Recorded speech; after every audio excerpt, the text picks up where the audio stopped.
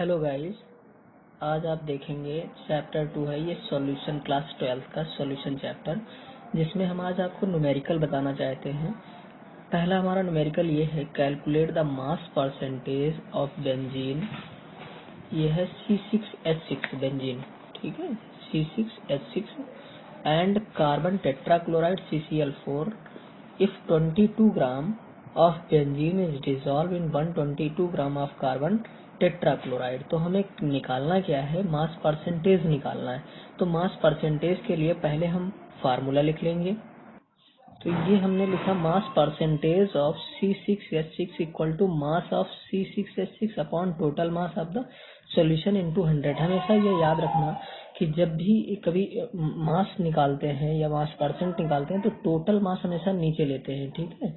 Mass of C6H6 ये इसका रख लेंगे और 100 से मल्टीप्लाई कर देंगे तो हमारा जो है मास परसेंटेज निकल आएगा। तो अब हम क्वेश्चन में देखेंगे सबसे पहले मास ऑफ बेंजीन कितना दिया है। तो आप देख रहे हैं if 22 gram of benzene is dissolve in 122 gram of carbon tetrachloride. तो बेंजीन हमारा कितना है, 22 ग्राम। तो इसको हमने लिख लिया 22 upon mass of benzene. Total mass के लिए mass of benzene plus mass of carbon tetrachloride. तो ये कितना आपका है 22 मास ऑफ बेंजीन हो गया, कार्बन टेट्राक्लोराइड 122 इनटू क्या करेंगे 100। अब इसको आप ऐड कर लो 22 अपॉन ये हमारा हो जाएगा 224 1 इंटू 100। इसको जब आप सॉल्व करेंगे तो ये आपका आंसर आ जाएगा 15.28%। इसको सॉल्व कर लेंगे। ओके, अगला हमें निकालना है मास परसेंटेज ऑफ CCl4 मतलब कार्बन टेट्राक्लोराइड का निकालना है। तो इसके लिए भी हम पहले फार्मूला लिख लेंगे कार्बन टेट्राक्लोराइड के लिए। अब हम देखेंगे कि कार्बन टेट्राक्लोराइड का मास कितना है। तो वो हमारा है 122 अपॉन टोटल मास, फिर वैसे लिखेंगे 22 प्लस 122 इंटू 100। पहले दोनों का सम कर ले नीचे, तो ये आपका वही आएगा 144 इंटू 100। इसको जब आप सॉल्व करेंगे तो आपका आ जाएगा 84.72%। ये आपको समझ में आया होगा। अगर कोई प्रॉब्लम है तो आप कमेंट बॉक्स में ज़रूर बताएं। अगर हम आपकी प्रॉब्लम को सॉल्व करेंगे, ठीक है। अब आप अगला क्वेश्चन देखेंगे। हमें क्या करना है, calculate the mole fraction of benzene in solution containing 30% by mass in carbon tetrachloride. ये हमें निकालना है।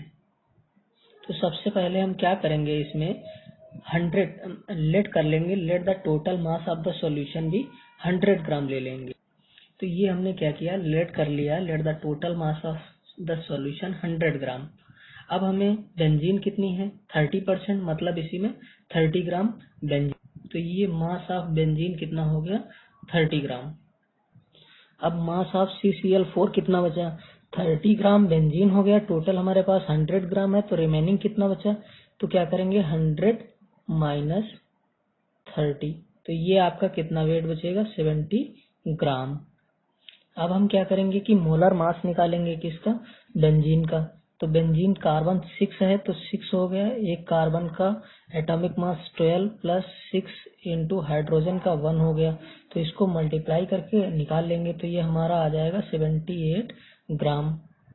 इसी तरीके से अब हम नंबर ऑफ मोल्स निकाल लेंगे। नंबर ऑफ मोल्स का आपको फार्मूला पता होगा कि gram weight upon molecular weight. तो हमारा बेंजीन कितना है, number of moles of C6H6।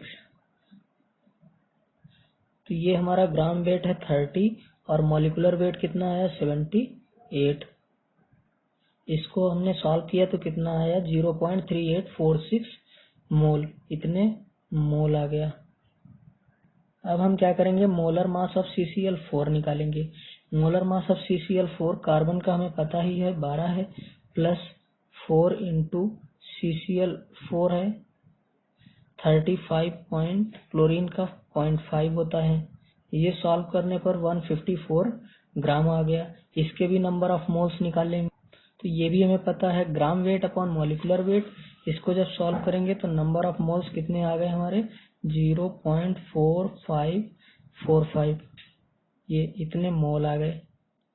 Mole fraction का फार्मूला देखेंगे तो the mole fraction of C6H6 का मोल फ्रैक्शन निकाल रहे हैं, तो इसके मोल को हमें ऊपर रखना है और टोटल मोल नीचे रखेंगे। तो C6H6 के मोल्स कितने हैं, number of moles of C6H6, तो इसको लिख सकते हैं number of moles of C6H6 और अपॉन टोटल।